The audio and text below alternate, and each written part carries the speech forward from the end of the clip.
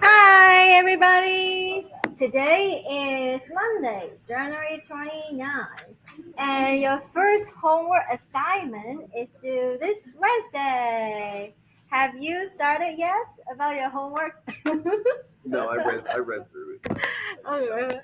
Okay, so remember the first attempt is due the Wednesday midnight. But after Wednesday, you can continue to work on your homework to improve your scores. I hope everybody can get a perfect scores on your homework. Okay, so today we will continue to finish 7.3 and 7.4. All right, let's see.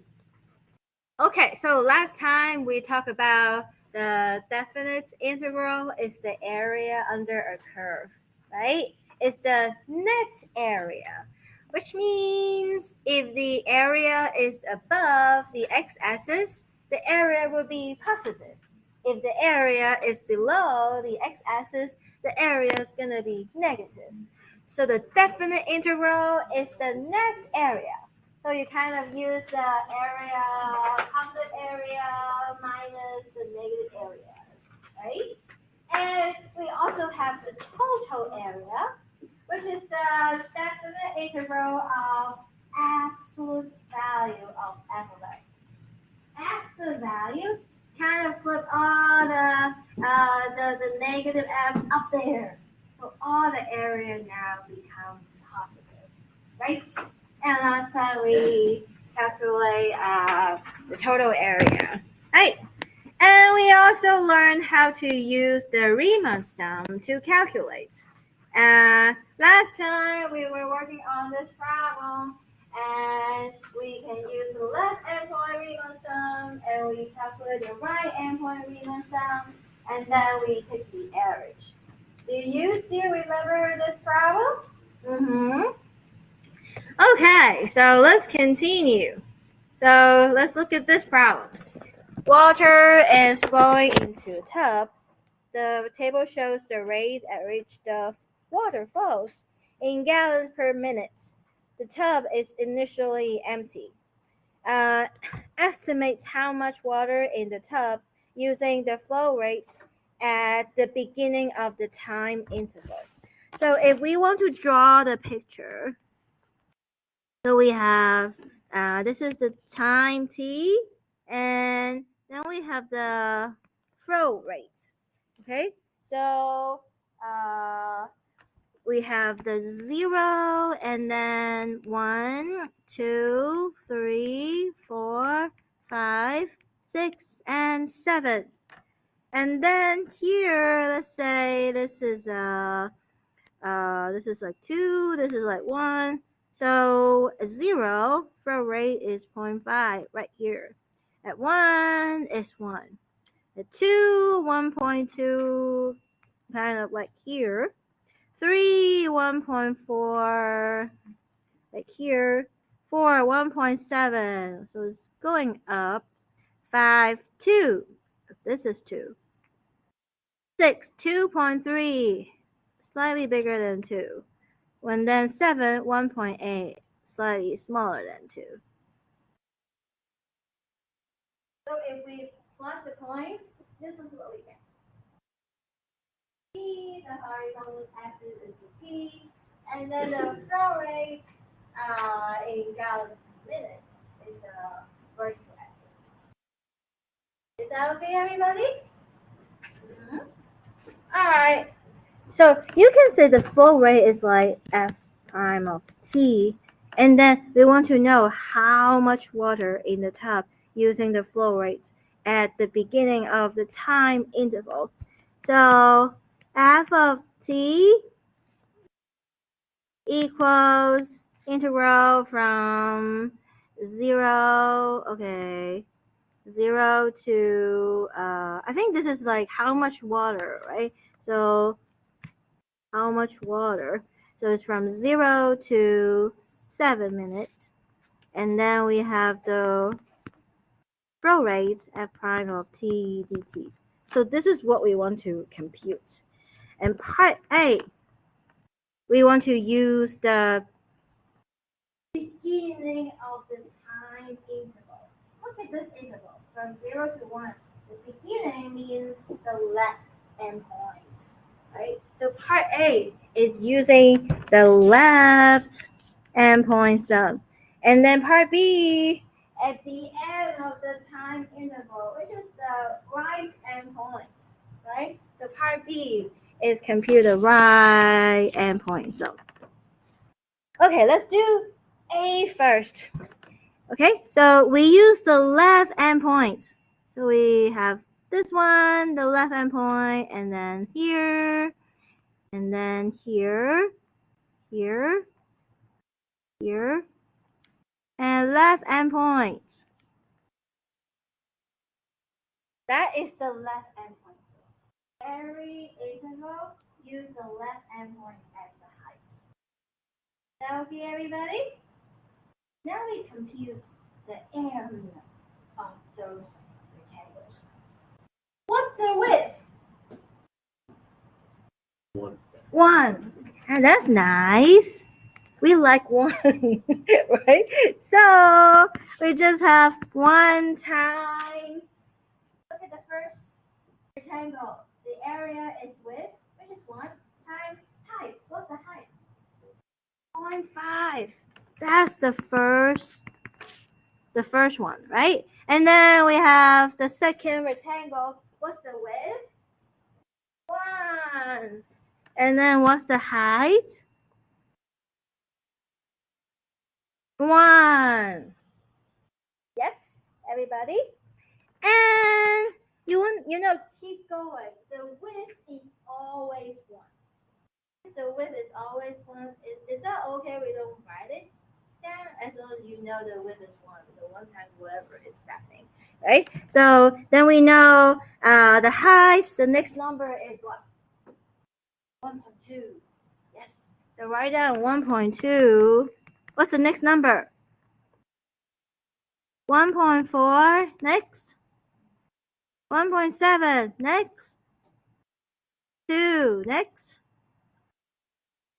2.3. Actually, 2.3 is the last rectangle. You see, everybody? The last rectangle we use the sixth one is the 2.3. That's the last rectangle. Do we use this 1.8, this number, Emmy? No, we don't use it on the left endpoint side. Yes. Oh, because it's the left endpoint sum. The last rectangle, we use the left endpoint. We don't care about the right endpoint. Yeah, so for the left endpoint sum, we only use the left endpoint. The last rectangle, we don't care about the right endpoint. That's why we don't use the 1.8. That's why I hope for this kind of problems, draw the picture. Then you know, okay, where do we start? Okay, the first rectangle, my height is the 0.5. Where do you end? Oh, my last rectangle, the height is 2.3. Then you see, oh, we don't compute the 1.8 at all here. Okay, so add them up. What do you get? Thank you. 10.1. That's the left endpoint sum. And what is the unit?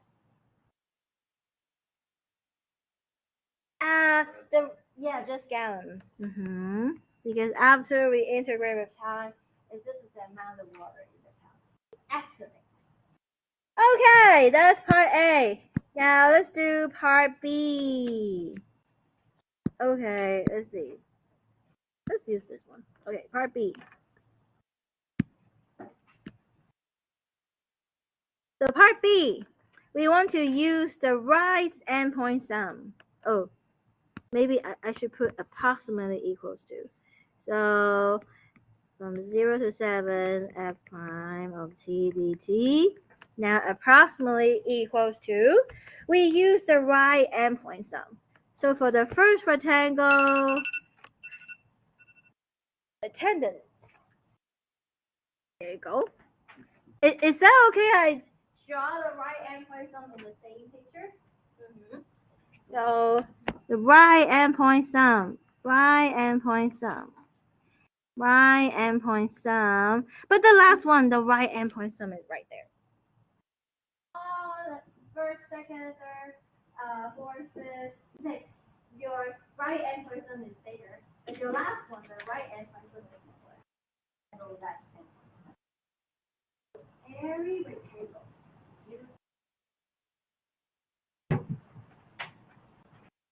Look at this one. The right endpoint is here. So use that. This one, the right endpoint here. Here, right endpoint, right endpoint, right endpoint, right endpoint. But here, the right endpoint is smaller than the left endpoint. So the last rectangle, the right endpoint sum is smaller than the left. Okay, so do you see the width is still 1? What's the height? 1. Yes. So 1 times 1. The second rectangle, the width is still 1. What's the height? Yeah, 1.2. And because the width is 1, is it okay that we don't multiply by 1? Yeah. So then what's the next number? 1.4, and then 1.7, 2, 2.3, and exactly. Because we're doing right endpoint sum, so the last rectangle, the height is actually 1.8. See? Compare the left endpoint and the right endpoint. The left endpoint, we use we don't use the last number. But when we compute the right endpoint, we don't use the first number. Okay, everybody? So put this in your calculator. What do you get?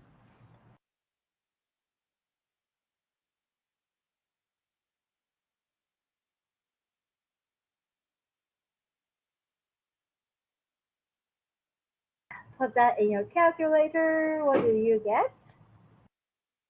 Thank you. 11.4. If I ask you part C, find the average. Find the average will be more accurate. So we use 10.1 plus 11.4 and then divide it by 2. What do you get?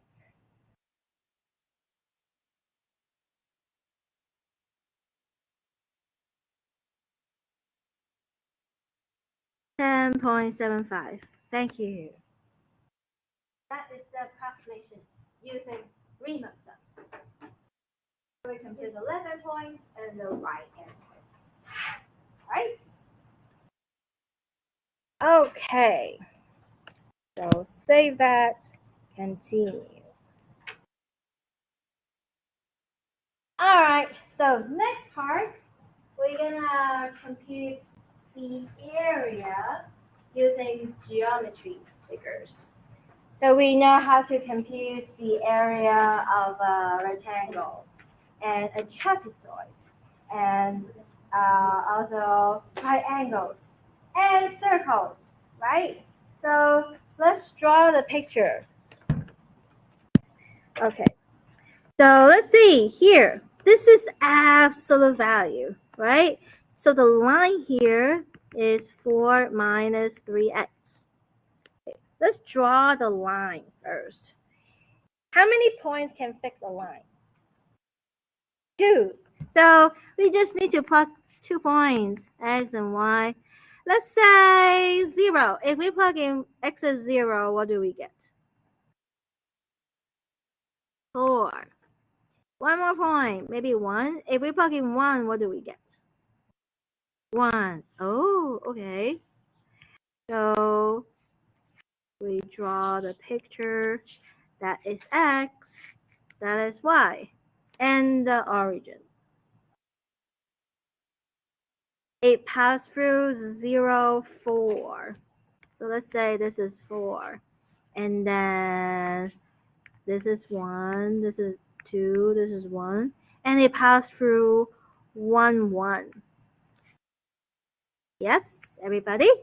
And then we connect them. So we connect them. Okay, so this is the line. Y equals 4 minus 3x. everybody? Okay. What does absolute value do to it? Well, the absolute value, okay, so y equals absolute value of 4 minus 3x. When the function is positive, it's the same. Right? When the function is positive, it's the same. So when the function is negative, you flip it over. Yeah? So we flip it over like that. And we want to know, okay, because we want to compute the area from 0 to 2. This is the total area. So we know, okay, we want to figure out what is 2. So if we plug in 2, what happens? So if we plug in x is 2, 4 minus 3 times 2 is negative 2. Oh, yes?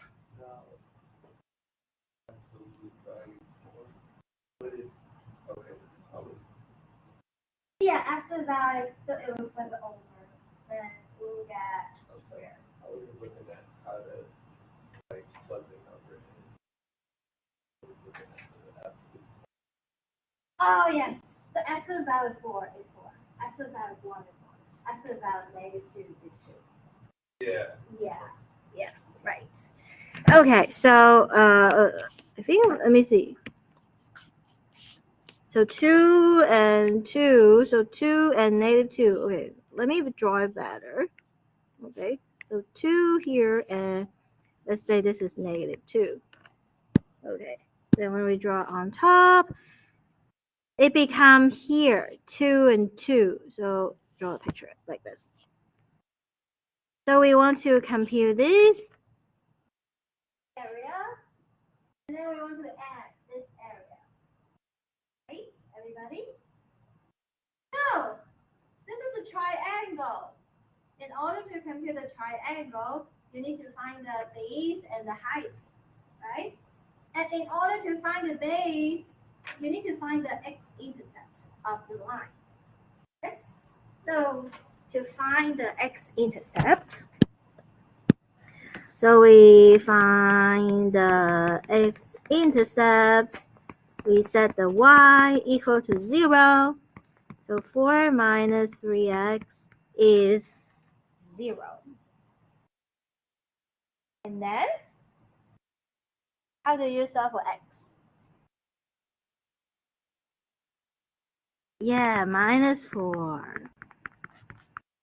And then divided by negative 3. So x equals what? 4 over 3. So that number here is 4 over 3. Yes, everybody? Look at the first triangle. What is the base? From 0 to 4 over 3. What's the distance?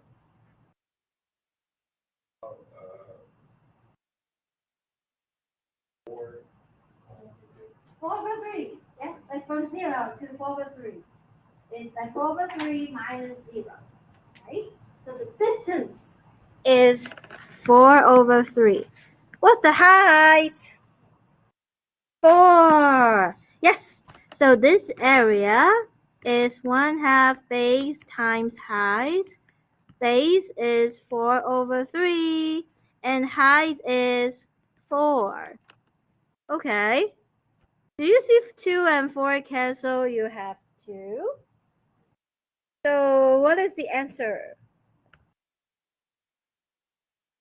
8 over 3. That is the first triangle. Now look at the second triangle. What is the base? What's the distance? Base is 2? 1? Okay, look at this. It's the distance between, yeah. Yes. So we use 2 minus 4 over 3. 2 is 6 over 3 minus 4 over 3 is 2 over 3. Is that okay, everybody? Base is the distance between the two points. That's why the first one, minus 0 is 4. But the second one is 2 minus 4. Distance. How about the height? 2. Yes. The height is 2. Therefore, area is 1/2. Base. What is base? 2/3. What's height? 2. Ooh, what's the answer? 2/3. You see? Now the integral from 0 to 2 absolute value of 4 minus 3x. This is the total area. We add them or subtract them? Total area. Oh. Yeah. So we get 8/3 plus 2/3. What's that? 10/3. Yes, very good. So this is the total area. How about, okay, what if I ask you to find the net area? So if I ask you to find integral from 0 to 2, 4 minus 3x dx, then it's going to be the net area. So this area is going to be positive, but this area is negative. Yes, then we do the subtract. Yes, so a over 3, subtract 2 over 3. What's your answer? 6 over 3, which is 2. So that is the total area and the net area. Then why did we drop the absolute value for net area? Because net area. So we keep the net area is this line. Okay. So the area above the x-axis is positive, and for the area below the x-axis is negative. Okay. Yeah. So that's the net area. And on the left, that is the total area. So in the exam, you gotta be careful. Do I ask you to find the total area, or do I ask you to find the net area? Any questions? So, for example, like total area would be like this entire floor, right? And then if someone cut this floor in half, that's the net area. Like technically, you still have the entire floor, but it just disappeared. Like this picture is better.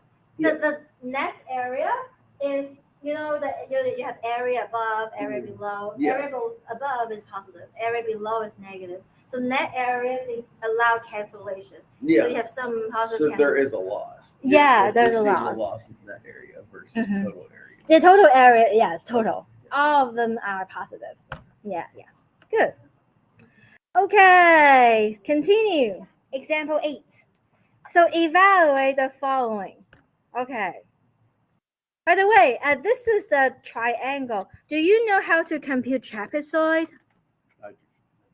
So if we have, let's say this is A, this is B, that's H. The trapezoid formula is, so how do we get trapezoid? You get one more copy, and then you flip it upside down. So you get, this is B, this is A. Do you see 2 copies of trapezoid? You get a parallelogram. So that's why area is 1/2 of the parallelogram. Now your parallelogram, your new base is actually A plus B. And your height is still H. Okay, everybody? Do you remember for a parallelogram, the area is base times height? Okay, so it's here. You start with rectangle, it's length times width. And then parallelogram is you kept this piece and move it here. So usually you get a rectangle. Mhm. So that's why it's base times height. And then triangle, you get another copy and flip it upside down. You get a parallelogram. So triangle is half of the area of parallelogram is base times height. Okay. Now trapezoid, similar. You get where are we? Oh, right here. Yes, trapezoid. You get another copy of trapezoid, put it upside down, put it here. You get a parallelogram. So it's one half of the area of the parallelogram. With your new base is A plus B. And your height is to H. So that is the area of parallelogram. Okay, everybody? Mm-hmm. All right. Mm-hmm. Because like this type of problems, you might see triangles, you might see rectangles, or you might see parallelograms. So it's useful to know all the formula. Okay, now look at this. We have, this is the function y. So y equals square root of 25 minus x squared. This is a circle. If you see square root of some constant minus x squared, it's a circle. So let's change to the standard form of a circle. We square both sides. Oops, sorry. This is minus. And then we move the x squared to the other side. We get x squared plus y squared equals 25. So this is the standard form of, bless you, circle. So standard form of a circle, you have x minus h squared plus y minus k squared equals r squared. Then you know the center is h comma k, with the radius is r. Have you learned this before? The equation of a circle. If you forgot about that, how do we get this? Okay, let's say the center is h comma k, and your circle has radius r. Let's say a point on the circle is x comma y. What is the special properties of the circle? The distance of the point on the circle and the center is always the same, right? Do you remember the distance formula? Distance formula is the Pythagorean theorem is the square root of the change of x squared plus the change of the y squared, right? So therefore the distance is the square root of change of the x. So you have x minus h squared plus change of the y, so y minus k squared. And this distance is fixed, is equal to r. Right? The distance between the 2 points is constant r. And then you square both sides, you get the standard form of the circle. Okay? And you know our center is h comma k, with the radius is r. Is that okay, everybody? So compare. Do you see? We have x squared. X squared is like x minus 0 squared, right? Therefore, the center here is the origin. Okay, so the center is the origin. What's the radius? What square is 25? 5. So this is the circle center at the origin with the radius is 5. This is 5. That's negative 5. That's the x-axis. That's the y-axis. Knowing the center and knowing the radius, you can draw the circle. Okay, everybody? Now, our problem is the integral from 0 to 5. See? integral from 0 to 5 under the curve. By the way, the top piece is the curve y equals square root of 25 minus x squared. And the bottom piece is actually y equals negative square root of 25 minus x squared. Because this is like the equation of the circle, and when you solve for y, you move the x squared to the other side. But when you find the y, you get plus or minus square root. The plus is going to be the upper half, and the negative square root is going to be the lower half. And this problem is asking you the positive square root. That's why it's the upper function. The upper function, and the x goes from 0 to 5. So this is the region. Is that clear to everybody? If I put negative 5 to 5, then it will be the half, the upper half of the circle, right? From negative 5 to 5. If I put a negative sign in front of this, it will be, instead of the upper half, it will be the lower half. Okay? So now, that's why we know it's the quarter of the circle in the first quadrant. Yes. Okay, so what is that? So 0 to 5 of 25 minus x squared dx is a quarter of the circle. What's area of a circle? What's area of a circle? Exactly. Pi r squared. What is your r? Yes. Pi r squared. So we get 25 pi over 4 is our final answer. So this is solving the problem by geometry.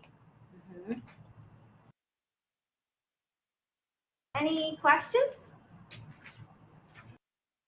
For the next session, 7.4, we're going to talk about how to use antiderivative to compute definite integral. Okay? So there are two ways to compute the integral, definite integral.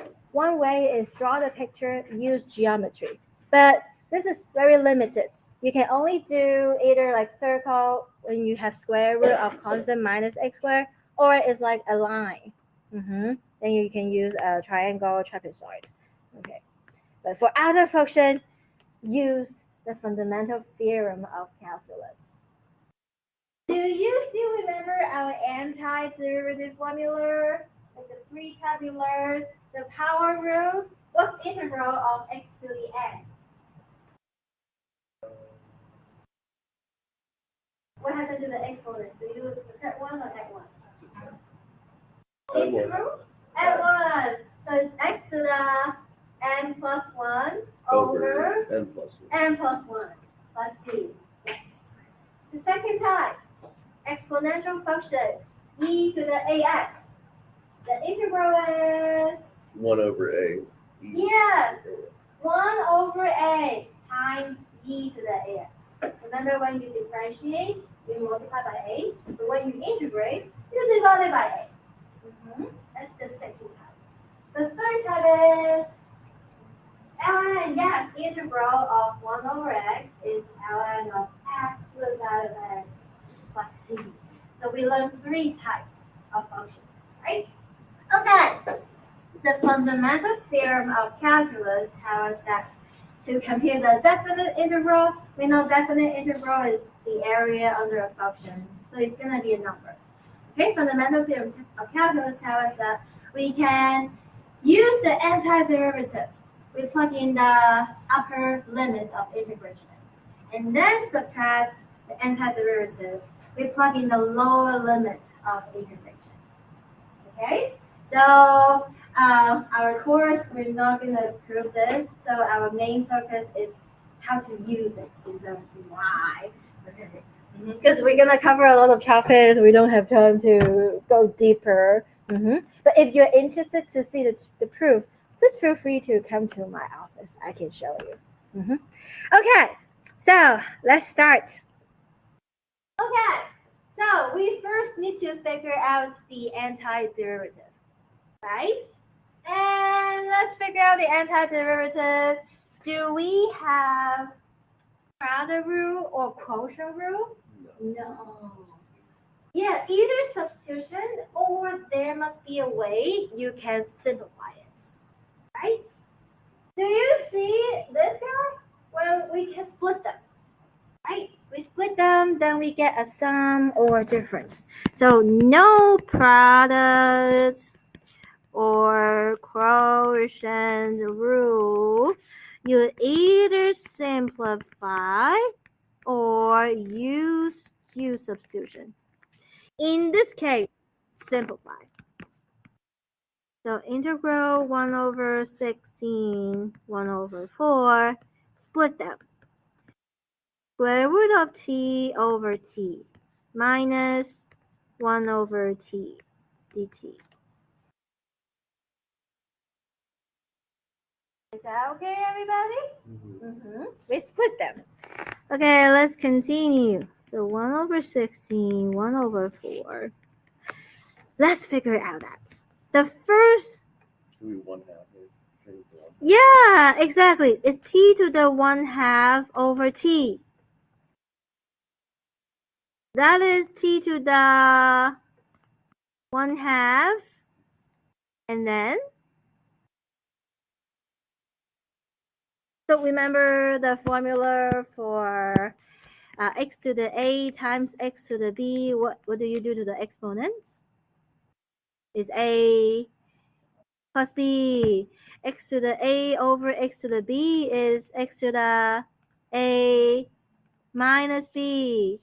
X to the a to the power of b is x to the a times b. Exactly. So now in our problem is t to the 1/2 and then what? Minus 1. So it's t to the... Exactly, negative 1/2. We want to put it in the standard form. Then we can use the power rule. Yes, everybody? Okay, and then 1 over t. Just leave it as 1 over t. Right, remember? 1 over t, do we use the power rule or use the ln? Use the ln, right? So leave it like 1 over t. Bless you.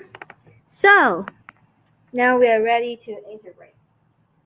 What's the integral of the t power? What do you do to the exponents? Add 1. You add 1, you get t to the... Yeah, so t to the 1/2. And then you divide it by 1/2 is the same as multiply by 2. Yeah, multiply the reciprocal. The reciprocal of 1/2 is 2. Is that okay, everybody? And the integral of 1 over t is ln absolute value of t. So this is the antiderivative. And you don't need to plus c. So when you compute the definite integral, you don't need to plus c. Why? Think about it. The antiderivative, if you have plus c, but then you subtract the antiderivative, and then you have plus c, do you see the plus c minus the plus c cancel? So plus c cancel anyway. So that's why when we compute the definite integral, we don't need to put the plus c. Because if you put it there, it will cancel anyway. So evaluate from 1 over 16 to 1 over 4. So we plug in the upper limits of integration. 2 times 1 over 4 to the 1/2 minus ln of 1 over 4.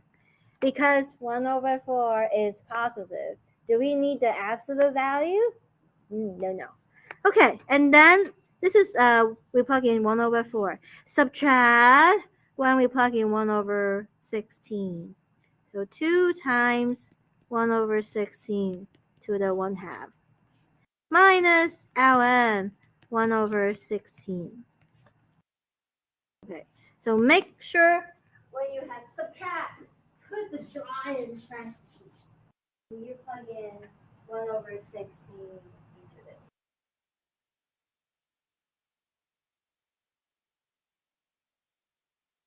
Make sure everybody follows. Okay? Now we're gonna simplify. So the 1/2 is like square root. What is square root of 4?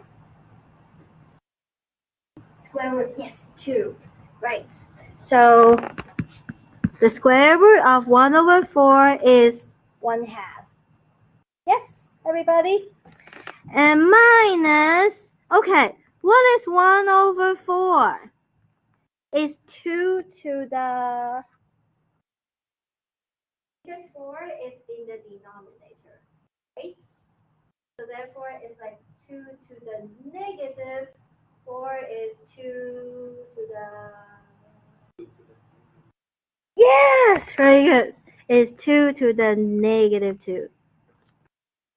The 2 because 2 squared is 4. The negative because the 4 is in the denominator. Yes. Is that okay, everybody? Keep going. Minus 2 times... What is square root of 16? 4. 4. Yes. So it's 1 over 4. Okay? And when you break the parentheses, the minus, cancel. It becomes positive. And then ln. What is 16?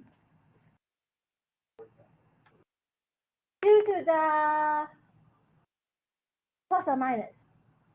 Negative. 16 is 2 to the 4. Exactly. Are you okay with the 2 to the power? 2 squared is 4. 2 cubed. 8. 2 to the 4. 16. 2 to the 5th. 32. Yes. 2 to the 6th. 64. 2 to the 7th. 128. You multiply by 2. Yes. 2 to the 8th. 256. 2 to the 9. 512. 2 to the 10. 1024. Yes.